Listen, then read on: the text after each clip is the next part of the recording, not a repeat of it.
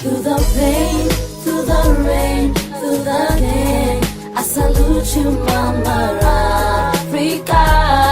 No tears, no more, just my mama. Through the pain, through the rain, through the gain. Let's visit the old continent of Africa, where man started to meet some new people with new, fresh ideas about the future of this great continent that offers so much for the world. The youth on this continent, like so many places, will make a difference for all of us in the world as they build new cities and new opportunities. Let's listen to them. Well, today I want to discuss a growing problem in the world, but particularly in Africa, and that is urbanization. And urbanization and how it impacts on the people in the country, and the central issues of what institutions are trying to do to solve the rapid urbanization. Urbanization has occurred very quickly in the last decade. So I have two people with me. On my left is Sanderson.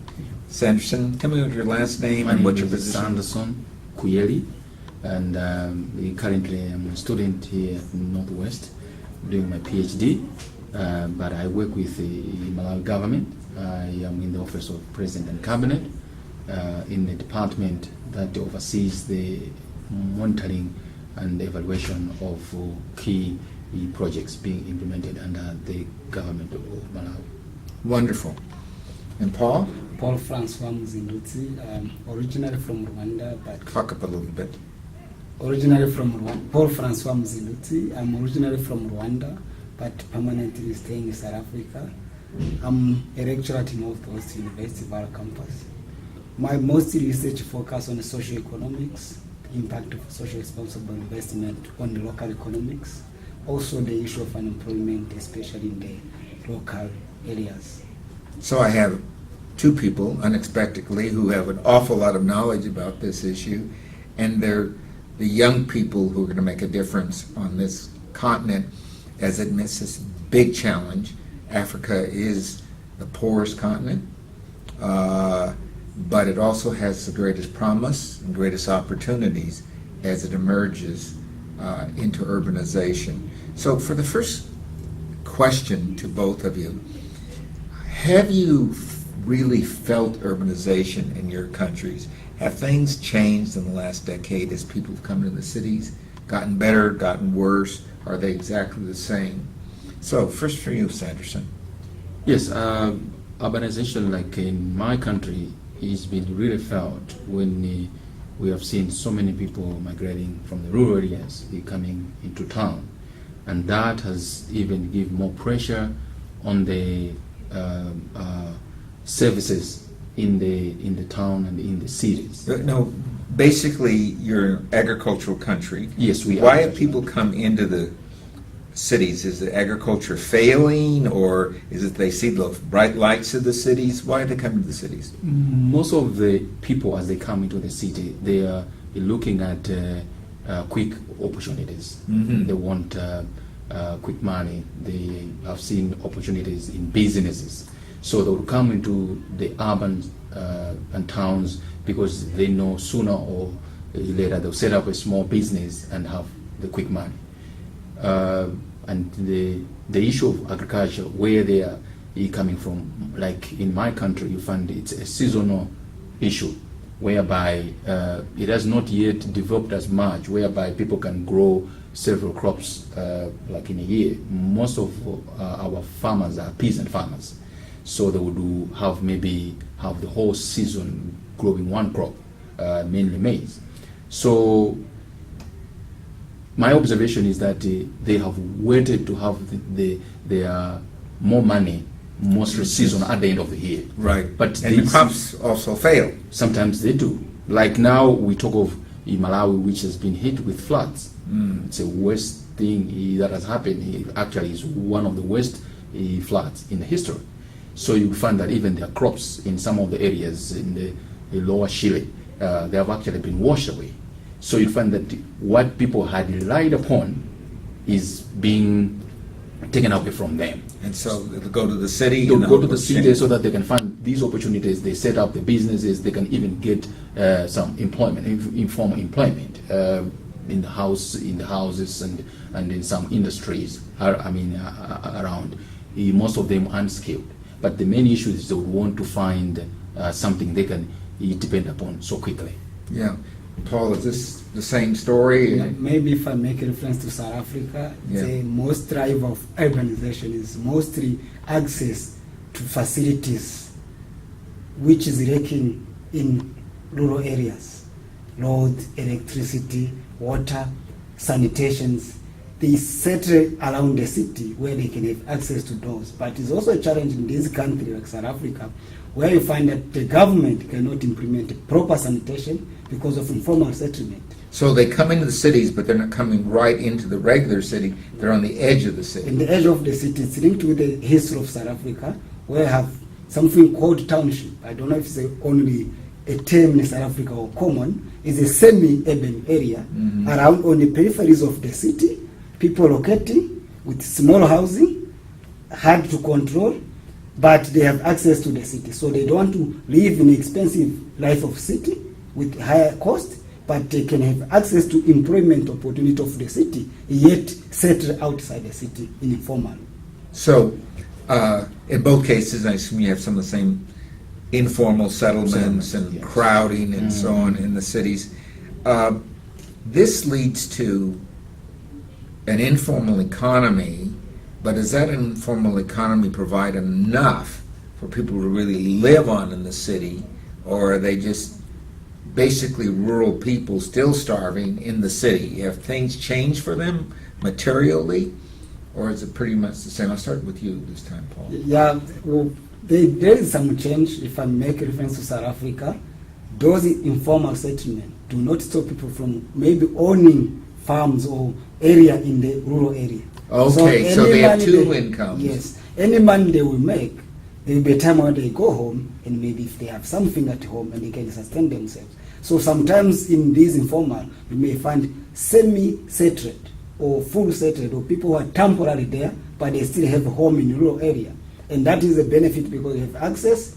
You want to send income back home, the wife and the children are there. In some Oh, so cases, these are primarily male settlements? there is that case, and there will be a time where they have enough space to bring the whole family. So depending on individual cases. So it's kind of an immigration within. People used to move from country, the male would move first and he'd bring his family. Yes. So this is now from rural to urban, the same pattern. Yes. Actually, what Paul said even also happens in my country, right? That although they are in town, but still more, whatever they get, in most cases, they will still be helping their relations in the rural areas, right? Of course, it may not always be true to everybody, but a number of them will do that. Well, in a sense, actually, this is spreading income and improving the lives of the rural areas and the urban areas. Now, I know it's a problem from the sense that they're not living the high standard of the urban areas, but isn't this, by this sharing of income, a better alternative than just staying in the rural area and starving, or worse? It may, in one case may, but in another case may not be, because eventually as they settle, it's an informal settlement. From the part of local economic development, it's hard to even develop proper sanitation to those people.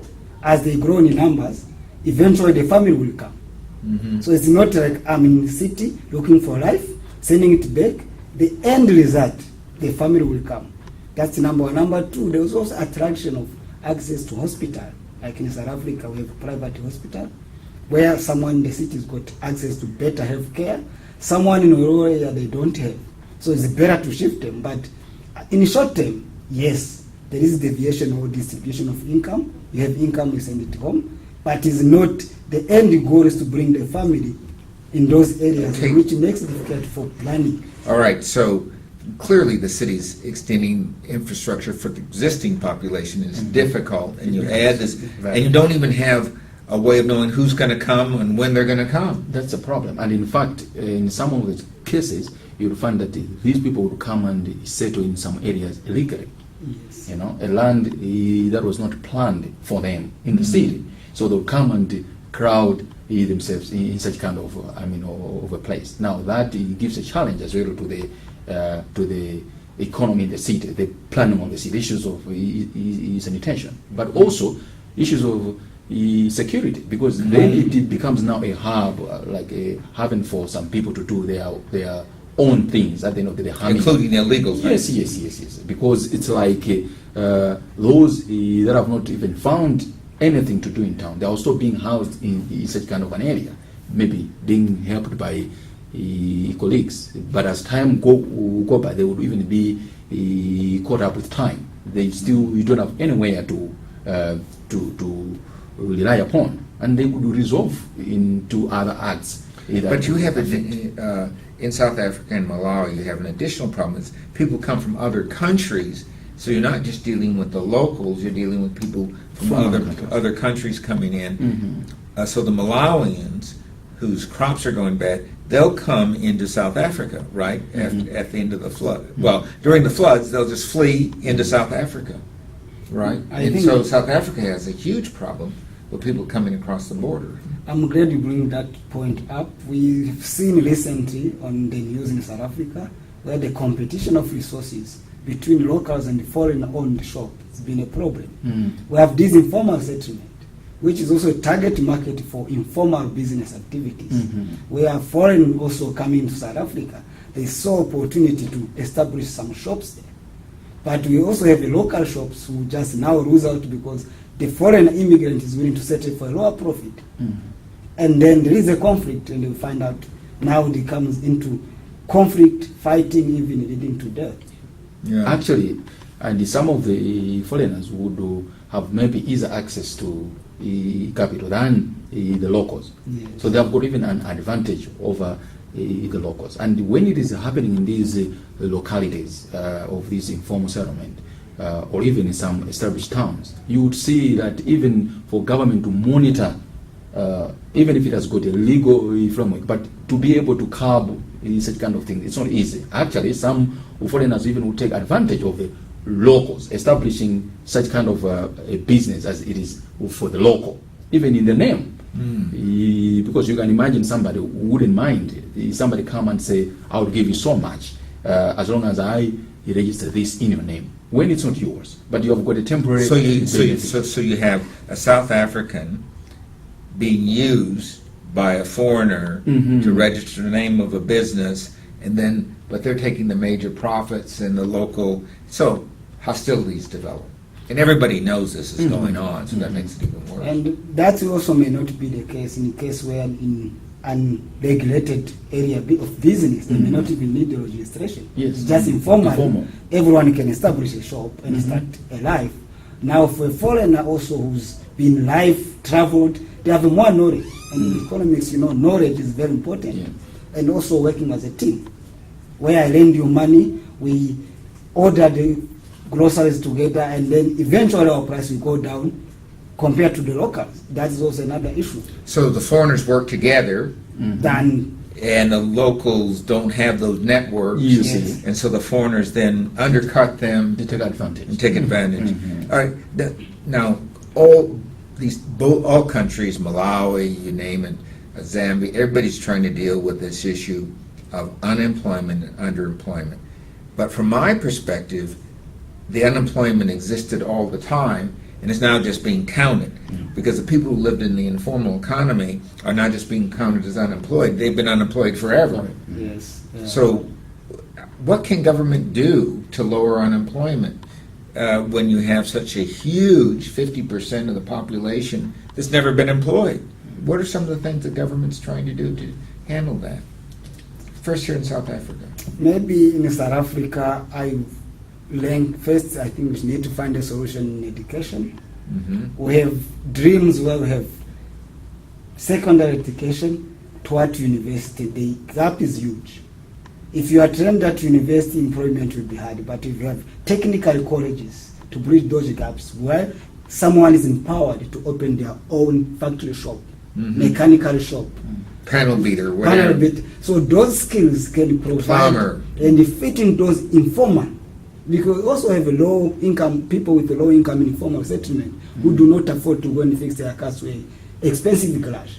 So if you create someone to open a small garage there, they can serve that community. So this is basically kind of taking that informal community and formalizing it, Yes. semi-formalizing. That's an interesting concept. Yes. Is that going on in Malawi? Yeah, as well? yes. That's even an issue that even in Malawi, it's one of the issues being tackled by the government. And you see, as even Paul has said, that the challenge also that these people will face is they do not have access to loans, to capital in most cases, right? Or actually, maybe the lending institutions would consider them as risky, right? So at the end of the day, if there could be such kind of a framework or assistance whereby they can have access to capital and start their own business, their own entities, but also skills imparted even on them, so that they can be even farming, right? So that some people are graduates, maybe from an agricultural university, for instance, they shouldn't always be looking at being employed, but they could also be allocated maybe some kind of land at the end of the day and be able to, employ themselves and produce. So the way out of this is to help people build their own employment and not try to provide employment. And this is a case, especially in countries like South Africa, where the youth unemployment is growing. We now having graduates without job. And now the question is, do we really need to improve, like to have a higher graduate from university, or we need to bridge a gap in the middle education, technical education, which can fit in those township settings, so that I finish, I can do something for my neighbor. I have a skill to do something for my neighbor. I think we can start there. And then there is a demand of people who cannot afford good services. There's someone who can provide medium service. Can the policy provide those skills? Well, what about an intermediate bank that might be put together, community development banks, where various companies and organizations create the bank?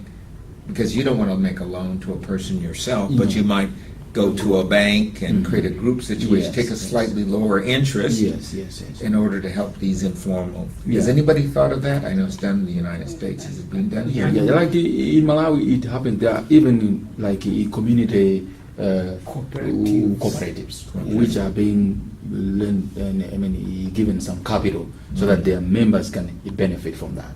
Of course, there have been, some challenges whereby people would default, but as a group, they would easily manage it than if it was an individual.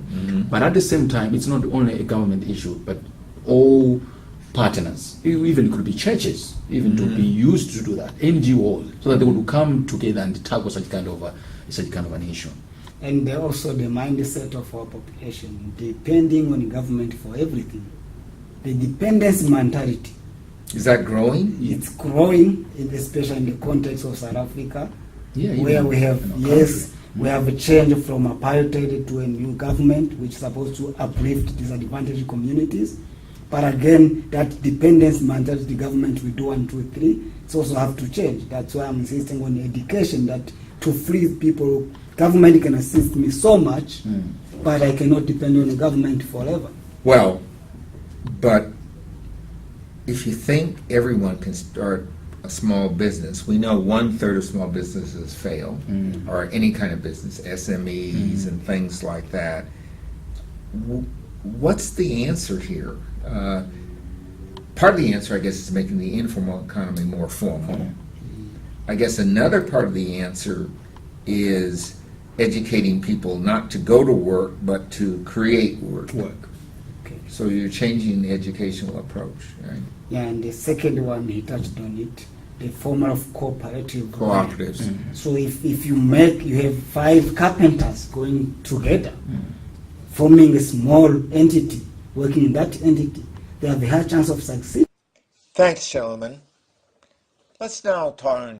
As we've heard from Paul and Sanderson, and I want to thank you, gentlemen, as we enter to the second part of our discussion on African cities. The issues are immense, and collective action is probably the only action.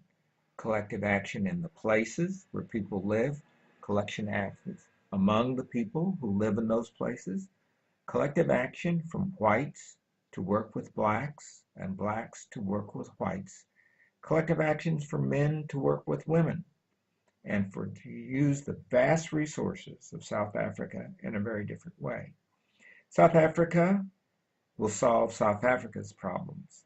But those problems are not just in South Africa, as we've heard. They exist in almost all the African cities and towns due to colonization, but also due to the development cycle that these countries are in. So we're going to look at this from the eyes of people who are working directly on the problem. They have been working on this problem for most of their professional career. They're still young, but they have an enormous amount of experience that can't be neglected.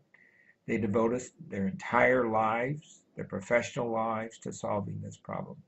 They could have left South Africa, but they've stayed. They're working with their children, with their families, and all their resources in a university, Northwest University, to deal with the issues that they see and must be confronted in all the communities in South Africa. We want to turn to them now for discussion in part 2 of African cities on how we can begin to solve some of these problems.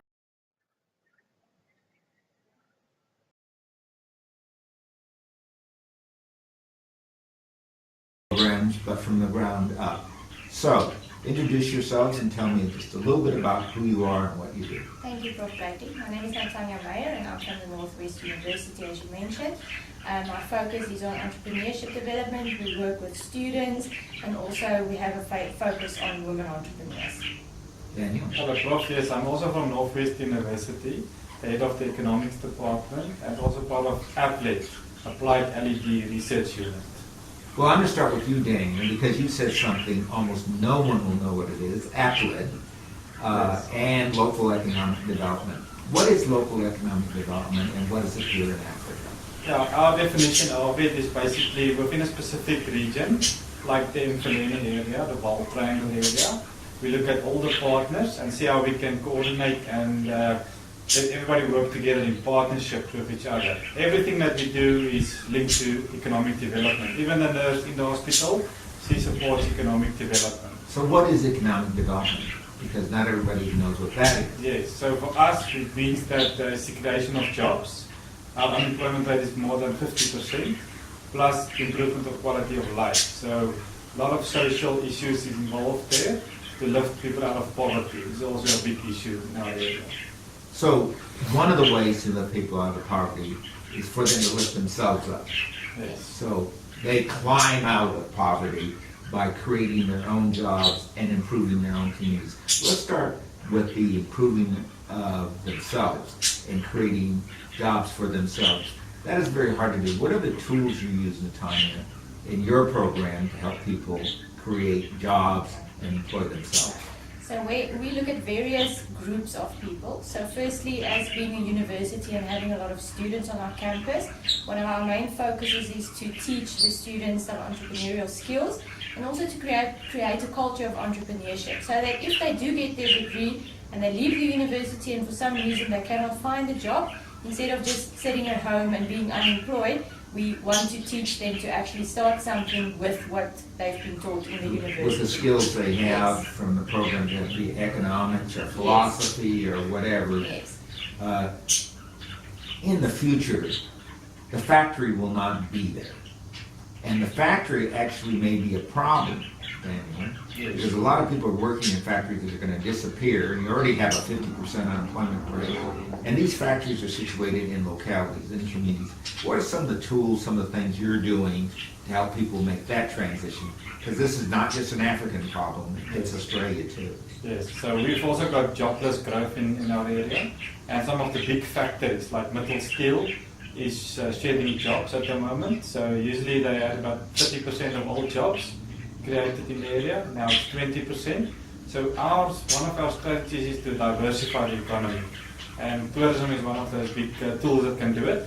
You don't need highly skilled people to do that. It's a highly labor-intensive industry. So we try to stimulate that. We've got the Vaal River, we've got some beautiful nature reserves in the area. So the tools are there to do it. Well, what are the ways you intervene? You just go to people and say you should be tourists now? Leave the factory? What are some of the tools you use? What are some of the projects you do to get people to focus on tourism? So what we do is my focus is to create coordination. So there is a tourism association, so we try to link the small businesses in terms of tourism to the association, and they could be mentors for people to assist. So it's all about partnership and coordination of the local small businesses, that they can work together, and together you're a big and strong team. Individually you'll struggle to set up a tourism industry, and that is what it's all about. Well, one of the things you mentioned to me that I think is really creative and a role for the university is the research you do on the sectors of the economy, how they're working now, how they relate to one another. This is something the businesses don't do and government doesn't do. So we do that. It's our function. Applet is doing research on sectoral analysis, as well as training of people, as well as massive research and article writing in our area. So the articles we write is very practical, and it is circulated to business people and municipalities in our area. So the one that we're busy working on is looking at the impact of tourism, calculating that and see how it could be maximized. Also to see if manufacturing and tourism can coexist and support each other, or are they in conflict with each other to support the economy. Yeah, so clearly tourism is a place where a lot of small businesses can create individual entrepreneurship and things like this. One of the things I saw at the university was a thing called a beehive. Yes. What is that all about? Okay, I don't want to get stung, so tell me. It's nothing to do with real bees. Okay, so the Beehive is our enterprise development center, and what it aims to do is get businesses and people together in a hive as a group of bees, if you want to see it as that picture. Building the honey. Yeah, it's building the honey, and the honey being growth and employment. One of our other flagship programs that we also run from the university is our Women Enterprise Development Program, where we don't really focus on students. It's women who's already either graduated or who doesn't have any graduation. Some maybe, just basic community women. And they might just have a good business idea. Yes, and then we take them into an 8-month program. They get selected, so it's not just first come, first serve. So we see if they fit into the specs of the program. And then we take them through a whole 8-month program where we help them develop their concept, the business idea, business plan, market segment, see where they can fit in.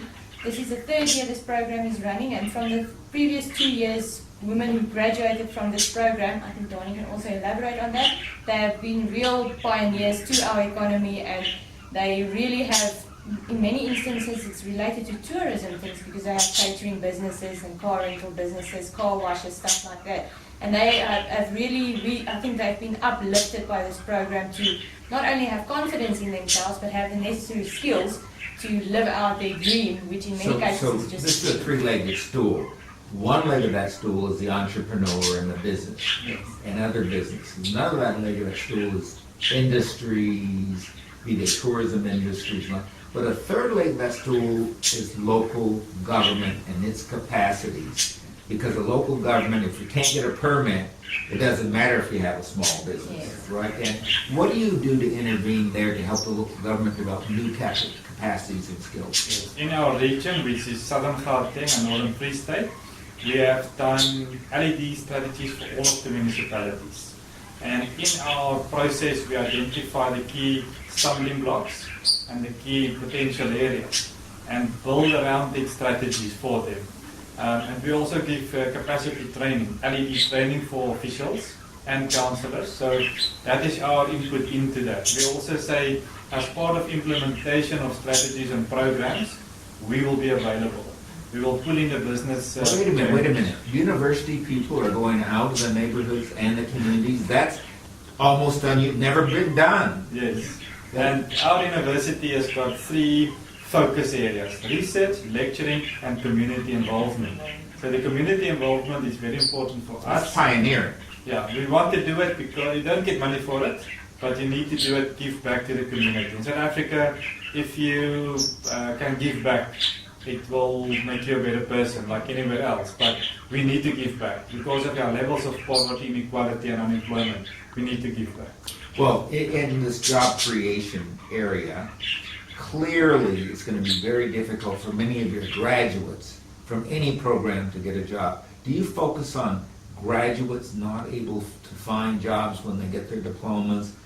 Because we experience that in Australia, that people have a good diploma, a good degree, in IT or whatever, and they can't find a job.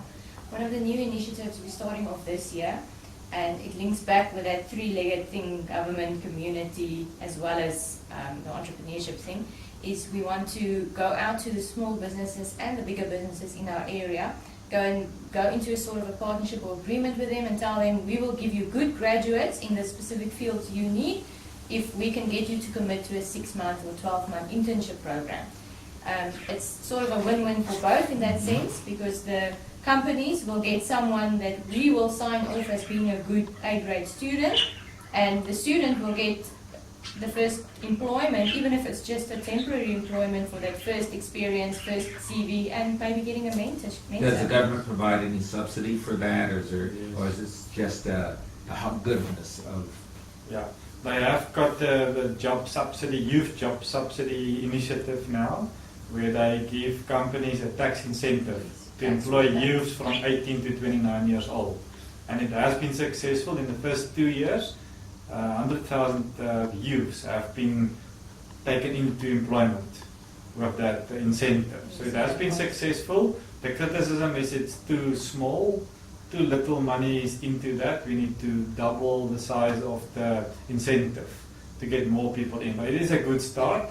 Our government's got good policies, but it's just to implement and direct it to the right directions where there's the most needed. And youth skills and employment is critical. Yes. So I want to ask you both kind of the big question, the last question.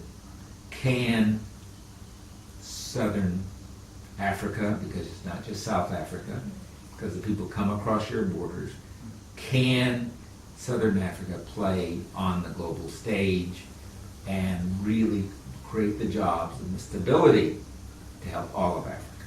I'll start first. I think we can do that. We have shown the world that we've got resilient people, tough people that can, when the chips are down, we can stand together. We've got some of the best technology in the world, like IT, apps development and so on. We've got the right people. It's just to have one vision for everybody. Then we can do it. And we've got Africa on our doorstep, as you say. There's a big market out there. And maybe we cannot compete with China to make t-shirts, but we've got other comparative advantages where we can compete on a global scale. Natanya? Yes, I also agree with that. I think if a country stands in unity and your mindset is right, it's possible to bridge problems. And I think the world has seen that South Africans aren't lazy. We are imported through the rest of the world as being known as productive people, and a lot of people are coming back to South Africa. That's immigrated to various countries coming back. So that needs to That's say a really something. good sign. Yes. Because as you bring people back, they bring back that international Yes. skill and Yes. those international connections, and they can help make this economy really boom. Yes. So I think having been here many times, and this time what I notice is the energy in South Africa. Every place you go, there's a lot of energy, a lot of people doing things creatively, government programs, Yes. stepping up and the like. What do you think it's going to take? What's the next move?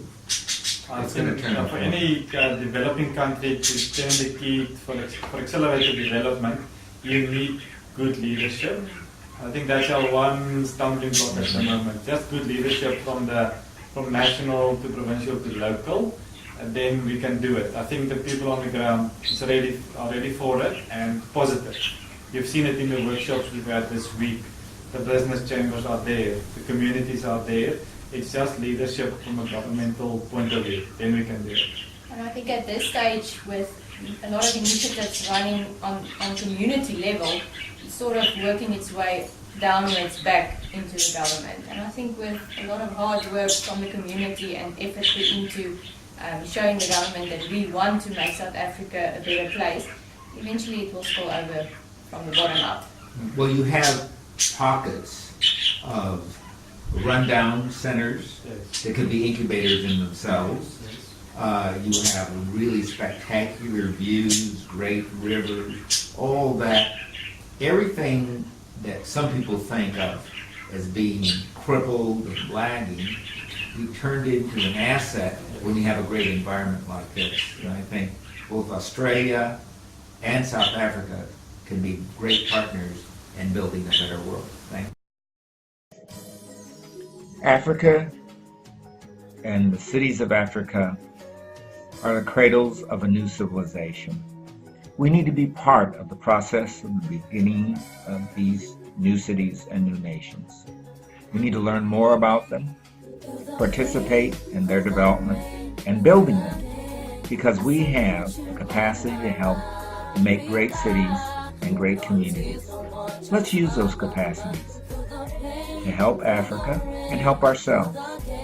As we build these democracies, we'll bring peace and stability to the world, end starvation, and change the course of the world.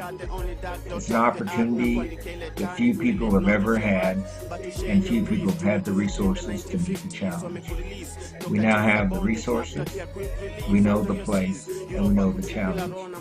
Let's step forward and meet that challenge. We want to see you visiting future shows and future challenges, because all the world offers some information that will help us solve the problems of cities around the world. Goodbye.